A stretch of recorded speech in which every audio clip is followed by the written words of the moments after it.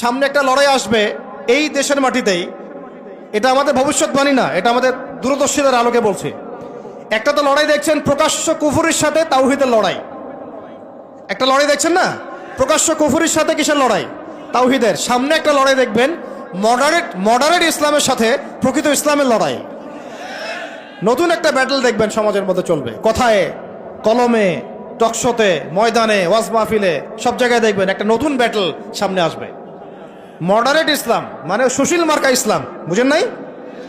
সুশীল মার্কা পশ্চিমা আদলের এক ইসলাম, পশ্চিমাদের সন্তুষ্টি মানে সাধনকারী ইসলাম, এবং যে ইসলামটাকে ওরা প্রমোট করবে এর সাথে একটা লড়াই দেখা যাবে যারা নবী মুহাম্মদ সাল্লাল্লাহু আলাইহি ওয়াসাল্লাম এবং সাহাবীদের সেই সিরাতের আদলের ইসলাম মানে, এইটার সাথে একটা কনফ্লিক্ট সামনে দেখবেন আপনারা, দেখে নিয়েন ইনশাআল্লাহ। কারণ আমরা খুব গভীরভাবে অবজার্ভ করছি বিষয়গুলো, যে যারা এতদিন পর্যন্ত সুযোগ সন্ধানী ছিলেন তারা এখন মডারেট ইসলামের দীক্ষায় দীক্ষিত হচ্ছেন।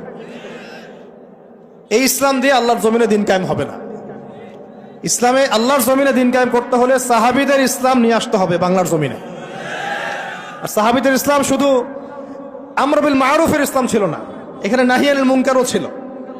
মানে আপনারা হয়তো বোঝেন নাই, মানে শুধু সৎ কাজে আদেশের ইসলাম ছিল না, বরং অসৎ কাজে নিষেধের ইসলামও ছিল। শুধুমাত্র আমরা ভালো ভালো কথা বলবো, অন্যায় নিষেধ করব না, শুধুমাত্র তাবলীগের কথা বলবো, আল্লাহর জমিনে দিন কায়েমের কথা বলবো না, প্রয়োজনে আমরা জুলুমের বিরুদ্ধে দাঁড়িয়ে যাব না, জালেমের বিরুদ্ধে প্রতিবাদ করব না, এইরকম ইসলাম, এইরকম মানহাজ দিয়ে আপনি বাংলাদেশের জমিনে দিন কায়েম করতে পারবেন। এখন কথা হচ্ছে, আমি অনেক গভীরে চলে যাচ্ছি।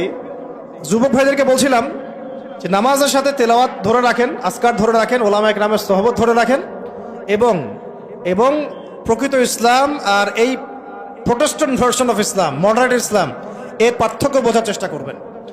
ইসলাম শিখবেন আল্লাহ, তার রাসূল এবং সাহাবীদের কাছ থেকে। ইসলাম আমাকে পশ্চিমাদের কাছ থেকে শিখতে হবে না, ভারতের কাছ থেকে শিখতে হবে না, এই সুশীলদের কাছ থেকে শিখতে হবে না, এই মুনাফেক মার্কা বুদ্ধিজীবীদের কাছ থেকে শিখতে হবে না। ইসলাম শিখবো কোত্থেকে? সাহাবীদের কাছ থেকে। কাদের কাছ থেকে? এবং সিরাত থেকে আমি দলিল নিব। কোত্থেকে দলিল নিব? সিরাত থেকে, কোরআন থেকে এবং সুন্নাহ থেকে আমি দলিল নিব। আমি পশ্চিমাদের থেকে দলিল নিব না। একটা বিষয়ে স্পষ্ট মনে রাখবেন, ওরা যে ইসলামটাকে প্রমোট করবে নিঃসন্দেহে সেই ইসলামের মধ্যে আব্দুল্লাহ বিন উবাইয়ের একটা মানহাজ থাকবে। ওদের ইসলামের সাথে আব্দুল্লাহ বিন উবাইয়ের মানহাজ জড়িত থাকবে। খবরদার এই ট্র্যাপে পা দিবেন না, আল্লাহ পাক আপনাদেরকে হেফাজত করেন, আমিন। এরপরে আসেন যে পয়েন্টটা নিয়ে আমি এদিকে চলে আসছি, যে আমাদের সমাজের এই সংকটগুলা, যে বড় বড় লেভেলের সংকটগুলো, এগুলোকে যদি আমরা দূর করতে চাই তাহলে আল্লাহর কসম করে বলছি, রাষ্ট্র ব্যবস্থায় পরিপূর্ণ ইসলাম কায়েম না হওয়া পর্যন্ত আমরা পরিপূর্ণ স্বাধীনতা অর্জন করতে পারবো না। এইটা একদম নিজের মধ্যে সূরা ফাতিহার মতো মুখস্থ করে নেন। যতই আমরা জনবল দেখাই না কেন, যত মাহফিল করেন, যত প্যান্ডেল নিয়ে আসেন, হ্যাঁ, যত আপনি স্লোগান দেন, আরও তো অনেক কিছু করছি আমরা, ঠিক আছে, কাজ তো ভালো, আলহামদুলিল্লাহ, কোনো সমস্যা নাই। বাট এই কাজগুলো ভাটা পড়ে যাবে যদি উপরের লেভেলে ইসলামকে নিতে না পারি আমরা। এমনকি মসজিদের মধ্যেও আমরা স্বাধীন থাকতে পারবো না যদি আমরা রাষ্ট্র ব্যবস্থা ইসলামকে নিতে না পারি। গত 10 বছর দেখেন নাই, জুমার খুতবা কি দেওয়া হবে সেটার উপরে চাপ প্রয়োগ করা হয়েছে। ওয়াজ মাহফিলে কি বলবেন কি বলতে পারবেন না তার উপরে আপনাকে নজরদারি করা হয়েছে। আমরা তো এমন একটা হালতে ছিলাম যে বাসায় ঘুমালেও বাসার বাইরে ওই গোয়েন্দা সংস্থার লোকজন বসে থাকতো, কোথায় যায়, কি করে, কার সাথে ফোনে কথা বলে, কে তাকে কল দেয়, যে কল দিল তার সাথে এর কি সম্পর্ক। আমাদেরকে কল দিলে তো মানুষই বিপদে পড়তো, আর কি, কল দিয়েও তারাই বিপদে পড়তো। কার সাথে দেখা করে, কে বাসায় আসতেছে, কে যাচ্ছে। এই যে একটা, মনে আছে দাজ্জাল যে দ্বীপে বন্দী আছে, একটা হাদিস আছে না, একটা যে তামিম দারি রাদিয়াল্লাহু আনহু হাদিস, প্রথমে একটা প্রাণীর সাথে দেখা হয়, সেই প্রাণী জিজ্ঞাসা করে যে তোমরা কোথা থেকে আসছো, মনে আছে হাদিসটা? তো ওই প্রাণী নিজের পরিচয় দিয়েছিল কি, যে আমি জাসাস, আমি কি জাসাসা, আমি কি জাসাসা, আমি হচ্ছে গোয়েন্দা। জানি না এই হাদিসের আসলে তাবিল এখন আমার জানা নাই, আল্লাহ ভালো জানেন, আমি এখনো শিখছি। কিন্তু এখন খেয়াল করে দেখেন, পুরা যে সভ্যতাটা চলছে, এরা যেভাবে তাওহীদপন্থী মুসলিমদেরকে এইভাবে গোয়েন্দা সংস্থাদের আওতায় নিয়ে আসছে, উঠতে বসতে চলতে ফিরতে তারা আপনাকে নজরদারির মধ্যে রাখতেছে। ঠিক দাজ্জালের ওই জাসাসার মতো, ঠিক দাজ্জালের জাসাসার মতো। আল্লাহ, যাই হোক, কথা হচ্ছে যে আপনি আমি মসজিদেও স্বাধীন থাকতে পারবো না যদি আমরা উপরের লেভেলের ইসলামকে নিতে না পারি, শক্তিশালী হতে না পারি। এই যে একটু আগে বললাম সুদের কথা, আপনি সুদভিত্তিক অর্থ ব্যবস্থাকে বন্ধ করা তো দূরের কথা, বন্ধ করা বহু দূরের কথা, এখানে সংস্কার আনতে পারবেন না যদি আপনি রাষ্ট্র ক্ষমতা ইসলামকে নিতে না পারেন। শিক্ষার কথা বলি, দুটো লাইন বলি। শিক্ষার যা দুরবস্থা চলছে, এই দুরবস্থায় উচিত ছিল, দেখেন প্রাইমারি স্কুলেই আমাদের বাচ্চারা কোরআন তেলাওয়াত শিখে যাবে। আপনি লক্ষ লক্ষ প্রাইমারি স্কুলের বাচ্চাদেরকে একটা জায়গায় বসান, তাদের মধ্যে 90% কোরআন তেলাওয়াত করতে পারে না। হাই স্কুলের বাচ্চারা পারে না, কলেজের বাচ্চারা পারে না, ইউনিভার্সিটির ছেলেরা পারে না, অনার্স মাস্টার্সের ছেলেরাও পারে না। তাদেরকে যারা শিক্ষা দেয় শিক্ষক মণ্ডলী, তারাও 80% কোরআন তেলাওয়াত করতে পারে না। একটা দেশের শিক্ষা কমিশন কোরআন তেলাওয়াত করতে পারে না। একটা দেশের এমপি মন্ত্রী আমলারা কোরআন তেলাওয়াত করতে পারে না। ইল্লা মাশাআল্লাহ, ইল্লা মাশাআল্লাহ, যারা শিখেছে তারা কিন্তু রাষ্ট্রীয় শিক্ষানীতির মধ্যে, সিলেবাসের মধ্যে শিখে নাই। তারা শিখেছে কোনো ওস্তাদের কাছে, হয় কোনো মক্তবে, না হলে মাদ্রাসায়। তাহলে একটা মুসলিম প্রধান রাষ্ট্রে শিক্ষা ব্যবস্থার মধ্যে কোরআন বাধ্যতামূলক নাই। তাহলে আমরা শিক্ষার মধ্যে কোরআনের ইসলামের কি দ্বৈনতা বুঝতে অসুবিধা আছে? এই সংকট কিভাবে দূর করবেন যদি আপনি ইসলামকে রাষ্ট্র ব্যবস্থায় না নেন? দাবি করলাম, আন্দোলন করলাম, মানববন্ধন করলাম, আপনাদের কি মনে হয় তারা চেঞ্জ করে দিবে?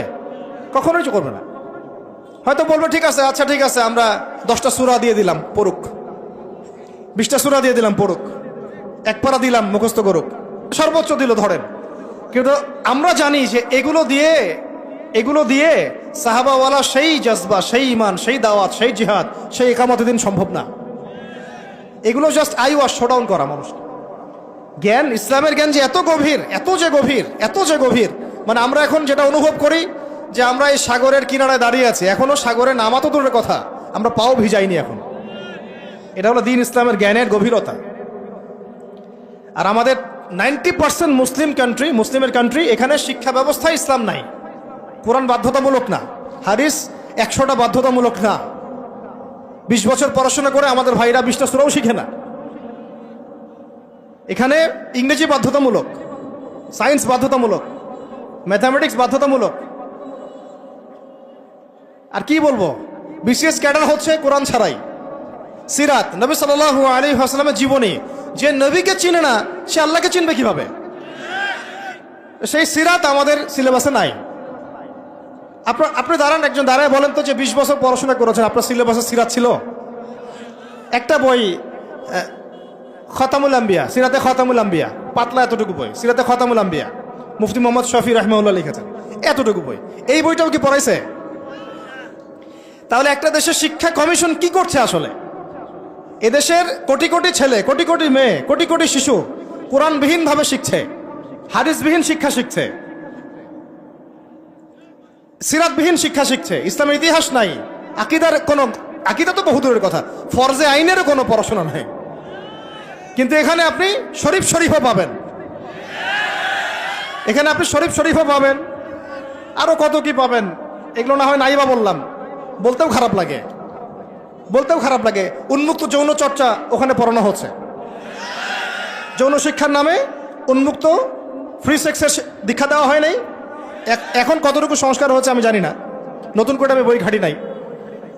আগে 20-30 বছর আগে যাও ইসলামের কিছু ছিল, গদ্য পদ্য উপন্যাস কিছু ছিল, এগুলো আস্তে আস্তে সব উঠায় দেওয়া হচ্ছে।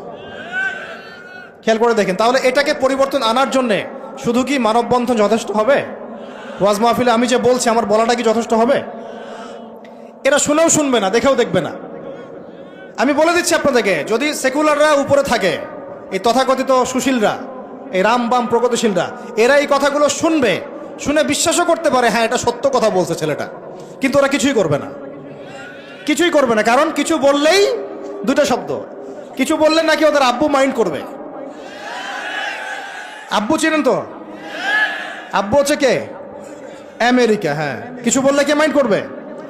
আবার কিছু বললে আম্মু নাকি বকা দিবে। আম্মু চিনেন? আম্মুকে? না, আম্মু হচ্ছে ভারত। ওদের চিন্তাটা এরকম, কিছু বলবো না, বলা যাবে না, কিছু করা যাবে না, সংস্কার করা যাবে না, কিছু বললে আব্বু মাইন্ড করবে। আব্বু কারা? পশ্চিমারা। আব্বু কারা? পশ্চিমারা। আবার এখন বলছে কিছু বললে আম্মু মাইন্ড করবে, আম্মু বকা দিবে। হ্যাঁ, আপনারা কেন মব সন্ত্রাস করতেছেন, মবক্রেসি করতেছেন? আসলো না কিছু কথা কয়দিন আগে? কিছু বললেই, মানে হুজুররা কিছু বললেই ভারত চেতে যাবে, ভারতের মিডিয়াতে তোলপাড় হবে। হ্যাঁ, বাকি আপনারা যদি আন্দোলন করেন, সংগ্রাম করেন, অভ্যুত্থান ঘটান, তাহলে কোনো সমস্যা নাই। হুজুররা বললেই সমস্যা।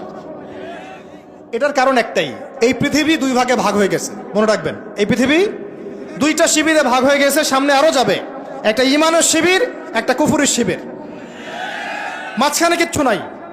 মাঝখানে কিছু মুনাফিক থাকবে, এরা কাফেরদের সাথেই থাকবে। আপনারা এই হাদিসটাও পড়বেন, শেষ জামানে যখন দাজ্জাল বের হবে, মদিনার উপকূলে সে পৌঁছাবে, দূর থেকে দেখে বলবে যে ওইটা আহমদের মসজিদ সাল্লাল্লাহু আলাইহি ওয়াসাল্লাম। আহমদ মানে কে?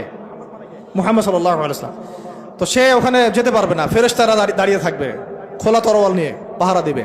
তো সেখানে সে আঘাত করবে আর কি। এটা ভূমিকম্প হবে।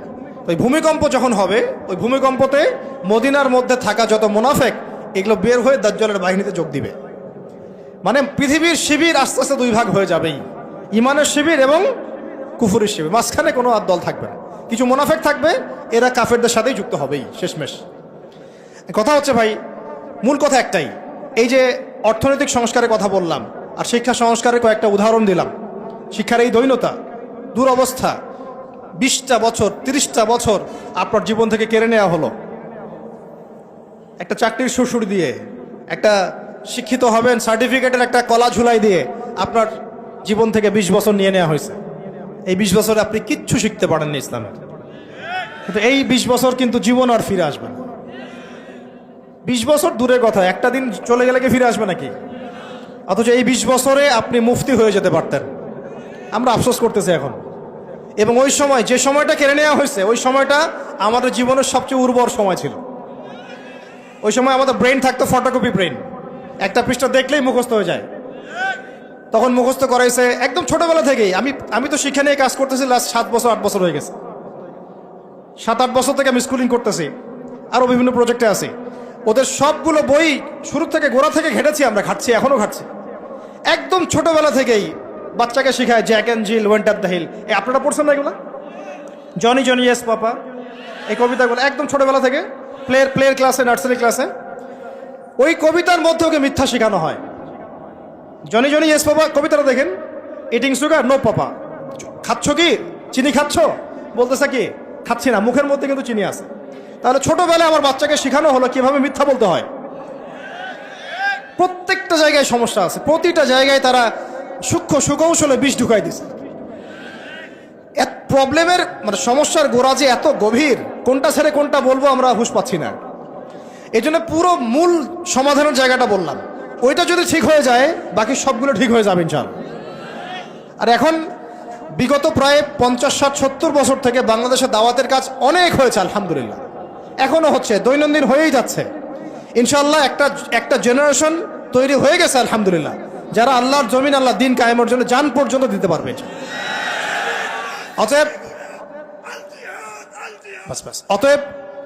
অতএব যেহেতু মুরব্বী কেরাম আছেন আমাদের মাথার উপরে এবং আমাদের মধ্যে এই চেতনা আছে, আমরা দাওয়াত পেয়েছি, কবুল করেছি, সত্য মিথ্যা চিনতে শিখেছি, বুঝতে শিখেছি, এখন আমার মনে হয় এটাই সবচেয়ে উত্তম সময় বাংলাদেশের জন্য ইসলামকে রাষ্ট্র পর্যায়ে নিয়ে যাওয়ার জন্য।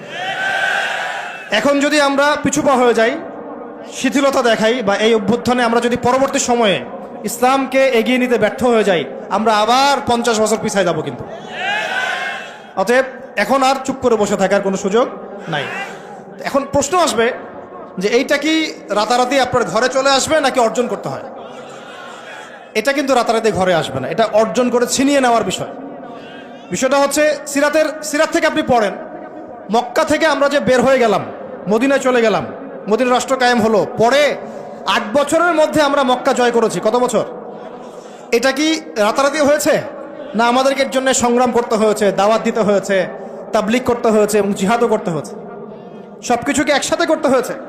তারপরে 8 বছরের ব্যবধানে আমরা আবার মক্কা জয় করেছি। ঠিক একইভাবে যদি আমরা আমাদের অঞ্চলের কথা চিন্তা করি, এই অঞ্চলেও রাষ্ট্র ক্ষমতা ইসলাম রাতারাতি কি হবে না, কায়েম হবে না। আমাদেরকে আমাদের জায়গা থেকে কাজ করতে হবে। তো কাজ কি শুধু তারাই করবেন যারা ইসলামিক রাজনীতি করেন তারাই, না আপনাদেরও কোনো কাজ আছে নাকি প্রত্যেকটা মুসলিমের ভূমিকা রাখার সুযোগ আছে? কোনটা? আচ্ছা, আমার আপনার উপর কোনো দায়িত্ব নাই? এই সব দায়িত্ব কি ওলামায়ে কেরামদের? কিছু হলে তো অনলাইনে আপনারা খুব গালাগালি করেন, দেখি আমি মাঝে মাঝে, আলেম ওলামারা কি করে, আলেম ওলামারা কি করে, আলেম ওলামারা কি করছে, আলেম ওলামারা নাই কেন, এই শুনে উনি কেন কথা বলে না, উনি কেন করে না। তো সব কিছু কি ওলামায়ে কেরামের কাঁধে চাপিয়ে দিচ্ছেন আপনারা? তারা কি এই উম্মার নবী? ওয়ারাসাতুল আম্বিয়া, কিন্তু নবী কি? তাদের উপর দিয়ে যা গিয়েছে বিগত 10-15 বছর, এটা কি আপনাদের কল্পনা তো আসবে? কল্পনা করতে পারেন যে একটা ছোট্ট ঘরের মধ্যে একটা মানুষ 3 বছর, 4 বছর, 5 বছর, 7 বছর, 8 বছর এইভাবেই কাটাচ্ছে, দিনের পর দিন, রাতের পর রাত, দিনের পর দিন, রাতের পর রাত। 3টা দিন থাকা যাবে ওখানে? সম্ভব? 3 ঘন্টা থাকা যায়? তার ওলামায়ে কেরামদের উপরে কি গিয়েছে এটা তো আপনাদের বোঝা উচিত। কেন ওলামায়ে কেরামগণ উম্মাকে বাঁচানোর স্বার্থে মাঝে মাঝে প্রজ্ঞার পরিচয় দিয়েছেন, দাওয়াতের মেহনত চালু রেখেছেন। কিছু কিছু বিষয়ে তারা কি করেছিলেন, কৌশল অবলম্বন করে উম্মাকে অন্তত ইসলামের দাওয়াতটা অব্যাহত রেখেছিলেন, এই চিন্তা করে যে অন্তত আমরা টিকে থাকি মাঠের মধ্যে, মাঠটা ধরে রাখি। অন্তত যদি আমরা সব একটা একটা করে নাই হয়ে যাই, তাহলে তো জাতিকে দাওয়াত দেওয়ার, তাবলিগ করার, নসিহত করার কেউ থাকবে না। এটা তো একটা ছিল ডিপ্লোমেসি, প্রজ্ঞা। এখনকার সময় আর ওই সময় তো এক না। কথা হচ্ছে আমাদের প্রত্যেকের উপরে ভাই দায়িত্ব বর্তাবে। এখনো বহু ওলামায়ে কেরামের কাঁধে 5টা, 10টা, 20টা করে মামলা আছে। আর কি শুনবেন? বহু ওলামায়ে কেরামের মানে আত্মীয় স্বজন মামলা মোকদ্দমা শিকার। একটা মামলা লড়ার মতো টাকাও তাদের কাছে নাই। জমি জমা, বাড়ি ভিটা বিক্রি করে দিয়ে তাদেরকে এগুলো লড়তে হচ্ছে, এখনও লড়তে হচ্ছে। দেশে অনেক কিছু হচ্ছে অভ্যুত্থানের পরে, ওলামায়ে কেরামদের কিন্তু প্রতি সুদৃষ্টি এখন পর্যন্ত আসে নাই। আমাদের প্রতি সুদৃষ্টি কিন্তু এখনো তারা দেন নাই। এখনো আপনারা আমাদেরকে মানে বাংলাদেশের কি মনে করেন? বাংলাদেশের উচ্ছিষ্ট অংশ মনে করেন নাকি? বোঝা মনে করেন না? মনে রাখবেন, বাংলাদেশের তাকদীর ইনশাআল্লাহ তাআলা আল্লাহ রাব্বুল আলামিন আলেম ওলামাদের হাতেই রাখবেন ইনশাআল্লাহ। এটা আবেগের কথা নয়। হ্যাঁ, এটা সত্য। এটা সত্য যে আমরা বিগত প্রায় হয়তো 30, 40, 50 বছরে রাষ্ট্র ব্যবস্থায় ইসলামকে নিয়ে যাওয়ার জন্যে যে রাজনৈতিক মুভমেন্টগুলো, এগুলোতে সবাই একসাথে নামতে পারে নাই। এটা হয়তো সত্য কথা। কেন পারি নাই, কি সমস্যা ছিল, এগুলো আর আলোচনা করার দরকার নাই। এখন আলোচনা করার দরকার হচ্ছে এই যে এখন থেকে আমরা যেন এই পদক্ষেপে সবাই সামনের দিকে আগাই ইনশাআল্লাহ। এটা এখন ইবাদত মনে করে করতে হবে। কি মনে করে? ইবাদত মনে করে করতে হবে। এবং নিজেদের মধ্যে আপোষের দ্বন্দ্ব কলহগুলো মিটিয়ে ফেলতে হবে। তবে একটা বিষয় আগে স্পষ্ট করে দিতে হবে যে আহলে সুন্নাহ ওয়াল জামাআর আকীদার সাথে কিন্তু কোনো আপোষ করা যাবে না। আহলে সুন্নাহ ওয়াল জামাআর আকীদা বহির্ভূত কোনো ঐক্য কিন্তু আমাদের আবার উপকার করতে পারবে না। এটাও বোঝার ব্যাপার আছে। আহলে সুন্নাহ ওয়াল জামাআর সাথে যাদের আকীদাগত মিল আছে তাদের সাথে ঐক্য করতে আমাদের কোনো সমস্যা নাই। কিন্তু যারা এই আকীদা এবং মানহাজ বিবর্জিত চিন্তা চেতনা লালন করেন, তাদের সাথে ঐক্য হতে পারে ডিপ্লোম্যাটিক, কিন্তু মানহাজগত ঐক্য কখনোই সম্ভব না। এটা আমাদের আগে স্পষ্ট করে দিতে হবে। আল্লাহ পাক আমাদের বোঝার তৌফিক দান করেন। এখন আমাদের কিছু করা আছে কিনা ভাই? আমি সবার আগে আবার বলতেছি, আমাদের সবার প্রথম কাজ হচ্ছে 5 ওয়াক্ত নামাজ পড়া। বেনামাজিদেরকে দিয়ে কি নাই, দিন কায়েমের কোনো মুভমেন্ট, খেদমত নাই। শোনেন, দিন কায়েম তো করেছেন আবু বকর রাদিয়াল্লাহু আনহু, ওমর, ওসমান, আলী রাদিয়াল্লাহু আনহুম আজমাইন, সাহাবায়ে কেরাম। আমরা যদি এই যুগের আবু বকর, ওমর, ওসমান, আলী না হতে পারি, এই যুগের, তাহলে আমাদের দ্বারাও দিন কায়েম হবে না। বুঝতে পারছি কথা? তাই সবার আগে সালাতের সবক আমি বারবার দিচ্ছি। এরপরে বললাম যে কোরআন অবশ্যই পড়তে হবে, জিকির করবেন বেশি বেশি, উলামায়ে কেরামের সোহবতে থাকবেন এবং মাথার উপরে মুরব্বী আলেম রাখবেন। আল্লাহ পাক তৌফিক দান করেন।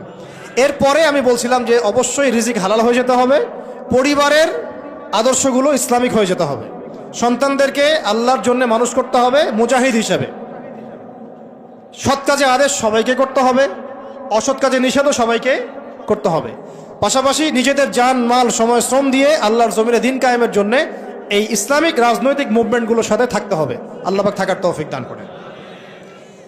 আজকে আমরা কয়েকটা বিষয় আল্লাহর কাছে ওয়াদাবদ্ধ হতে পারি কি? পারা যাবে? 1 নাম্বার, জীবনে কোনোদিনও নামাজ ছাড়বো না ইনশাআল্লাহ। 2 নাম্বার, দ্বীনি ইলমের শিক্ষা নিজের উপরে ফরজ করে নেব ইনশাআল্লাহ। যেভাবে আমরা দুনিয়া শিখেছি এইভাবে দিন শিখতে হবেই হবে। এটা আমার উপর নফল কোনো কাজ নয়, এটা একটা ফরজিয়াত। এটা কি? আল্লাহ পাক তৌফিক দান করেন। 3 নাম্বার, কোরআন ছাড়া একটা দিনও কাটাবো না। পারবো ইনশাআল্লাহ? কোরআনুল কারীম ছাড়া একটা দিনও কাটাবো না ইনশাআল্লাহ। 4 নাম্বার, আল্লাহর জিকিরে জবানকে সিক্ত রাখবো ইনশাআল্লাহ। 5 নাম্বার, মাথার উপরে একজন বরেণ্য আলেম রাখবো, অন্তত একজন। অন্তত কয়জন? কারো মাথার উপরে 100 জন থাকতে পারেন, কোনো সমস্যা নেই। অন্তত একজন মুরব্বী আলেমের পরামর্শে চলবেন, একা একা চলবেন না।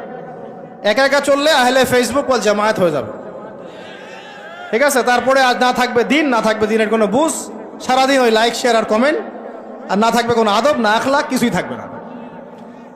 এবং আস্তে আস্তে ওই বদদোয়া লাগবে গায়ে, আলেমদের বদদোয়া লাগবে, সরে যাবেন দিন থেকে। ওলামায়ে কেরামের বদদোয়া নিলে দেখবেন দিন থেকে সরে গেছেন আপনি।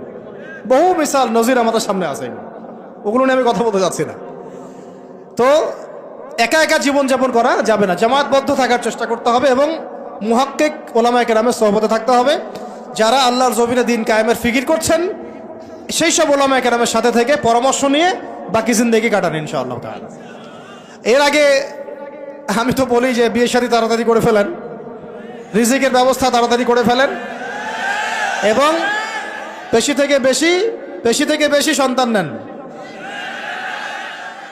এরও আগে কথা আছে, সেটা হলো দিনদারি থেকে প্রাধান্য দেন, দুনিয়াকে প্রাধান্য দিয়েন না, আপনি ক্ষতিগ্রস্ত হয়ে যাবেন। দিনদারি থেকে প্রাধান্য দিলে আপনার পরিবার হবে আপনার জন্য জান্নাতের একটা টুকরা ইনশাআল্লাহ। আর যদি দুনিয়াকে প্রাধান্য দেন, ওই পরিবারই হবে জাহান্নামের টুকরা। আল্লাহ পাক আমাদের সবাইকে দিনদার জীবন সঙ্গিনী দান করেন। আর সন্তান নিতে হবে বেশি বেশি, এবং সন্তান থেকে মানুষ করতে হবে একেবারে মুজাহিদ হিসেবে ছোটবেলা থেকেই। আমি তো বললাম যে শিক্ষা নিয়ে আমরা কাজ করছি, আপনি নিজেও কাজ করে দেখেন। শিক্ষা ব্যবস্থার একদম চরম দৈন্যতা আছে, এটাকে সংস্কার করার জন্য সবাইকে হাত লাগাতে হবে। সর্বোপরি হালাল খেতে হবে এবং আমর বিল মারুফ নাহি আনিল মুনকারের কাজ সবাইকেই করতে হবে ভাই, একজন দুজন করলে হবে না। নিয়মিত তাবলীগে সময় দেন, আল্লাহর রাস্তায় সময় লাগান, পড়াশোনা ঠিকমতো করেন, এই অনলাইনের ফিতনা থেকে বেঁচে থাকেন। আর যত রকম যুব সমাজকে নষ্ট করার ফিতনা আছে, যেমন মাদক, পর্নোগ্রাফি, মেয়েদের সাথে ফ্রি মিক্সিং, তারপরে আপনার এই যে টিকটক, এই যা আছে যেগুলো যুবকদেরকে নষ্ট করে, এগুলোর ধার কাছেও যাবেন না আল্লাহর রাস্তায়। ভাই এই জীবনটা একটা জীবন, শোনেন আমার কথা, শেষ করছি, আমি লম্বা করবো না। এই জীবনটা একটা জীবন ভাই, আপনাদেরকে বলছি, আমাদেরকে সবাইকে আমরা নিজেকে নসিহত করছি আর কি। জীবন একটা, কয়টা? একটা দিন চলে গেলে ফিরে আসবে না, একটা রাত চলে গেলে ফিরে আসবে না। আমরা যদি একবার কবরে চলে যাই ফিরে আসতে পারবো না। যা করার এই জীবনে করতে হবে।